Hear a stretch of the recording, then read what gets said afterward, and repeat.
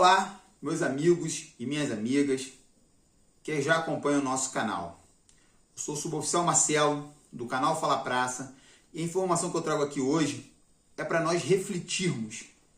Essa informação de hoje é para nós militares da ativa, nós militares da reserva, pensionistas e o pessoal civil que simpatiza com as Forças Armadas e entende, após assistir esse meu vídeo, onde eu quero chegar. No Brasil, é uma luta de todos nós, porque o Brasil não é um Brasil de uma pequena casta. O Brasil lhe pertence a todos nós brasileiros. Todos nós que amamos a nossa terra de verdade. Todos nós que acordamos todos os dias e sabemos o valor e o peso da nossa terra. Para todos nós que olhamos para a nossa bandeira e sentimos orgulho dela, não vergonha. Para todos nós que acordamos todos os dias e temos a obrigação de não envergonhar o nosso Brasil, não envergonhar o nosso juramento, não envergonhar a nossa pátria. Se patriotismo é amar o Brasil, eu tenho orgulho de dizer que eu sou patriota. Então, peço aí a todos que já curtam o nosso canal, assistam o nosso vídeo. Se concordar, compartilhe nos seus grupos de militares, familiares, pois a informação tem que chegar a todos. Então, assista o nosso vídeo.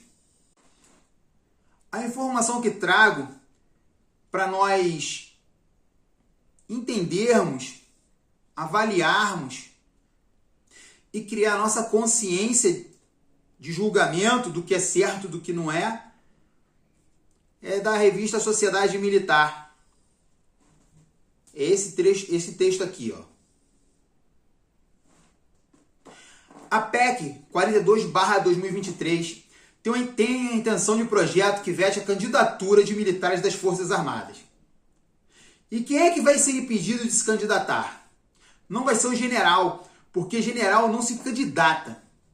Não vai ser o oficial superior, porque o oficial superior não se candidata na ativa. Ele quer chegar a mar e guerra e coronel para depois ir embora. Quem vai ser impedido de se candidatar vão ser os terceiros sargentos, segundos sargentos, primeiros sargentos, suboficiais e subtenentes. Então, esse projeto é voltado para acabar de vez com a politização dos graduados e a busca de direitos. Quem entende de política militar sabe que os generais na ativa são os que fazem mais política distribuindo panfletos. O panfleto que o general distribui é uma medalha. E alguns dizem que as medalhas distribuídas não são por causa do que foi feito, mas do que poderá ser feito, diz Robson Augusto, diretor da revista Sociedade Militar, no canal de Segurança e Defesa TV. A fala de Robson Augusto expõe o coração da PEC 42/2023, hoje parada no Senado, mas prestes a receber um empurrão do Palácio do Planalto. A proposta determina que qualquer militar da ativa que registre candidatura seja levado de imediato à reserva e só mantenha soldo se tiver 35 anos de serviço. Os oficiais generais não costumam disputar eleições enquanto no serviço ativo. Depois de percorrer toda a carreira e se aposentar no topo, fazendo uma espécie de soft política, nas palavras do jornalista, com frequente distribuição de medalhas e convites para cerimônias militares, salvo raríssimas exceções, geralmente assumem cargos em estatais ou consultorias, preferindo sempre não se posicionar politicamente, o que facilita o trânsito em meio a todos os partidos. O autor do texto, senador Jacques Wagner, do PT da Bahia, vê terreno favorável. Vai colocar para votar. Se vamos ganhar, é outra história, diz ele. Esta PEC foi concebida dentro do Ministério da Defesa e acho que os comandantes devem vir aqui defender. Ao seu lado, o relator e vice-líder do governo, o senador Jorge Cajuru, do PSB, endossa o otimismo. A estratégia prevê que Múcio e os comandantes, o general Tomás Paiva do Exército, o brigadeiro Marcelo Kenitsky Damasceno da Aeronáutica, e o almirante Marcos Sampaio Olsen, da Marinha, circulem pelos gabinetes em busca dos 49 votos necessários.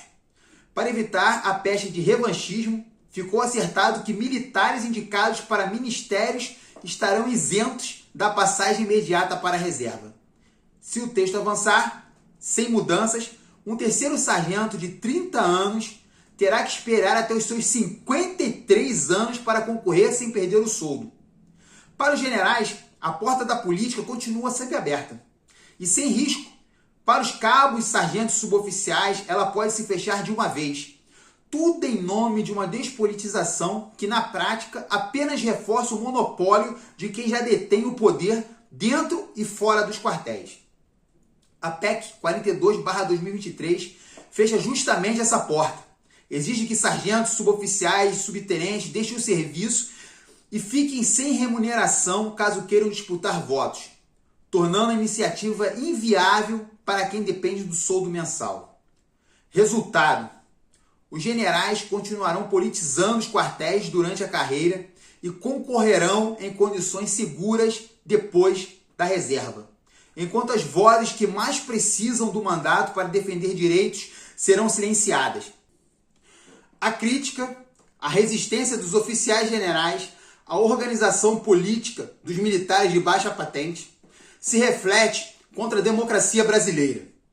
Embora consolidada em muitos aspectos, ainda enfrenta entraves quando se trata da participação política de certos grupos, especialmente os militares de baixa patente. É notório que os oficiais generais, ocupantes das mais altas posições nas Forças Armadas, opõem-se veementemente à organização política nossa. Militares de baixa patente, impedindo ou atrapalhando que formemos representantes leais no Congresso Nacional. Essa postura revela não apenas um elitismo arraigado, mas também uma tentativa de manter o controle absoluto sobre as narrativas políticas das instituições militares, em detrimento da pluralidade e da representatividade. A resistência dos oficiais generais à organização política das praças militares de baixa patente reflete uma visão hierárquica que desvaloriza nossas aspirações democráticas profissionais, enquanto os altos escalões frequentemente se envolvem em articulações políticas, seja por meio de declarações públicas ou de influência nos bastidores. Nós, militares de menor patente, somos desencorajados de buscar representação autônoma. Essa discrepância evidencia uma contradição. Os generais aceitam a politização das Forças Armadas quando ela serve aos seus interesses, mas condenam qualquer iniciativa que parta das bases, nos rotulando como subversivo ou desrespeitoso à disciplina militar. Além disso, a proibição implícita de organização política para militares de baixa patente viola princípios fundamentais da cidadania. Somos indivíduos, apesar de nossa condição de servidores públicos. Não perdemos nossos direitos políticos. A Constituição brasileira assegura a todos os cidadãos o direito de participar do processo político, seja por meio do voto, seja pela candidatura a cargos eletivos. Impedir ou dificultar que praças tenham representantes legais no Congresso Nacional é, portanto, uma afronta à democracia participativa, perpetuando a marginalização de uma classe que já sofre com condições de trabalho precário e salários insuficientes e direitos destruídos. Outro ponto crítico é o impacto dessa repressão na coesão interna das Forças Armadas.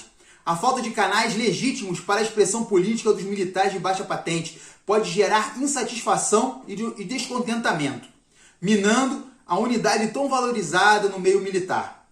Quando os generais negam a nós militares o direito de se organizar, estão paradoxalmente incentivando formas menos estruturadas de manifestação, como movimentos informais ou até mesmo de radicalização.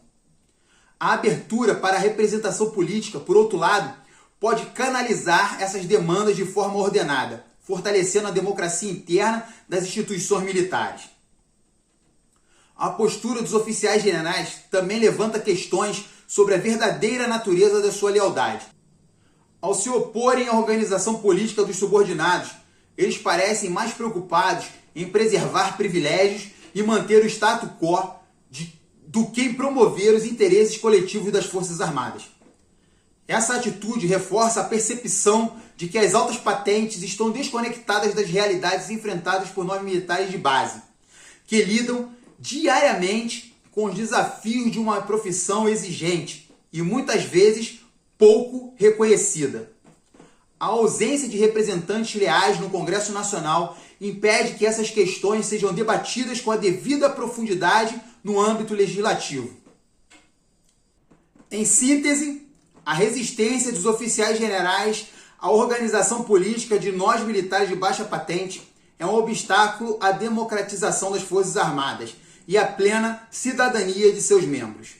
É imprescindível que as lideranças militares revejam essa postura, reconhecendo o direito de todos os militares de participarem ativamente do processo político. Permitir a formação de representantes leais no Congresso Nacional não é uma ameaça à disciplina, mas um passo necessário para a construção de uma instituição mais justa, representativa e alinhada aos valores democráticos que dizem defender. A democracia, afinal, não se sustenta em privilégios, mas na igualdade de direitos e oportunidades. Como costumo enfatizar, em tom de alerta máximo, nós militares, infelizmente, somos ainda analfabetos políticos. Ainda não nos conscientizamos que a política rege a nossa vida e, com isso, a de nossos familiares. Ainda estamos dentro dos muros do quartel, acreditando que nada nos alcançará. E ainda estamos nessa ilusão. O pior é que quando um de nós se coloca à disposição para lutar pelos nossos direitos, que já foram muitos nos arrancados, temos a covarde premissa de dizer que ele só quer se dar bem, enquanto nossas vidas e as nossas carreiras são decididas por corruptos anônimos, corruptos confessos, defensores de traficantes, por parlamentares covardes e etc. Já passou da hora de colocarmos a nossa maneira organizacional, onde sempre fizemos a máquina funcionar a nosso favor. Hoje, não temos representantes e muito menos representatividade. Vivemos vergonhosamente na migalha da caridade de alguns pouquíssimos parlamentares que nem são militares em um pequeno espaço quando acham em suas agendas, para quando se lembrarem, olhar pela nossa classe. Eu me sinto envergonhado pela quantidade de militares que somos na ativa, na reserva e pensionistas. Vamos abrir os olhos e tratar esse assunto de maneira certa, ou então ficaremos nas mãos dos Jacques Wagner e dos cajurus da vida, que, como a maioria que decide a nossa vida, só desejam a nossa aniquilação. Peço que compartilhem seus grupos de turmas, grupos do quartel, aos seus familiares, pois esse assunto é de nosso extremo interesse. Até porque, se fosse qualquer outro assunto que não vai acrescentar em absolutamente nada nas nossas vidas, temos a incrível capacidade exemplar de compartilhar em vários grupos com várias pessoas. Pare, pense, reflita e evolua, pois quem não escolhe o que quer estará eternamente fadado a aceitar o que vier. Mas o que entristece, mas mantém a minha fé, é que, infelizmente, esse vídeo ele não vai ter a repercussão que ele deveria ter. Porque na Câmara, os nossos militares, eles ainda continuarão acreditando nos cajurus da vida, nas Talírias Petrones, nos Janones, nos Bolos, nos Jacques Wagner, nas Beneditas, nos Randolphs Rodrigues, nos Lindberghs Faria, nas Gleisi Hoffmann. Enfim, essas pessoas que querem nos aniquilar são as pessoas que estão lá e ainda nós não nos atentamos a isso, entre outras. Que Deus abençoe a todos nós, que Deus abençoe o nosso Brasil. Desejo a todos a minha melhor continência e a minha melhor saudação. O líder está muito mais ligado a servir do que ser servido. A característica de um líder importante, de um líder relevante, é alguém que é capaz, inclusive, de sacrificar a sua própria vida pelo grupo que ele lidera. Então, esse comportamento inspira muita confiança. A liderança, ela é necessária para a humanidade. A liderança é que é capaz de unir interesses distintos numa única direção. E, nesse sentido, um atributo importante da liderança é a conquista da confiança desses liderados. Se você estiver num campo de batalha e não tiver a sua equipe comprometida com você, vai morrer todo mundo. Vai morrer a equipe e vai morrer você também.